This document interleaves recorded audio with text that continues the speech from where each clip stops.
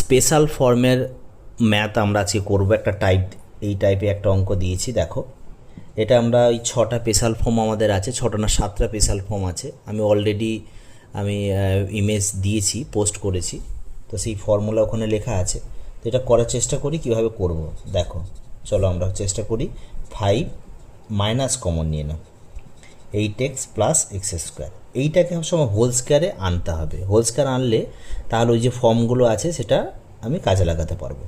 তাহলে চলো সেকেন্ড স্টেপে আমি এখানে মাইনাস এটাকে জাস্ট হোল স্কোয়ার ফর্মে বানাচ্ছি। তাহলে 2 ইন্টু এক্স ইন্টু 4 দিলে তবে এটা 8 হবে।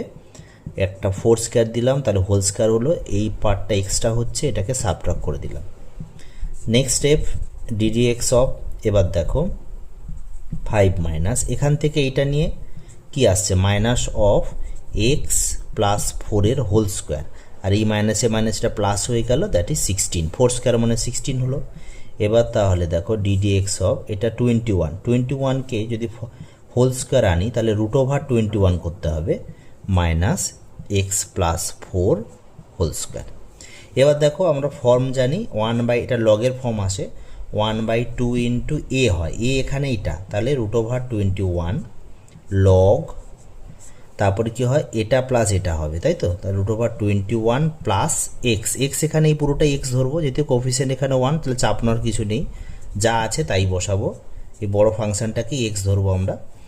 আর এটা হচ্ছে root over 21 minus x plus 4, মোটের মধ্যে চলে এলো এটা, প্লাস সি, এটা হয়ে যাবে আমাদের final answer. Thank you very much.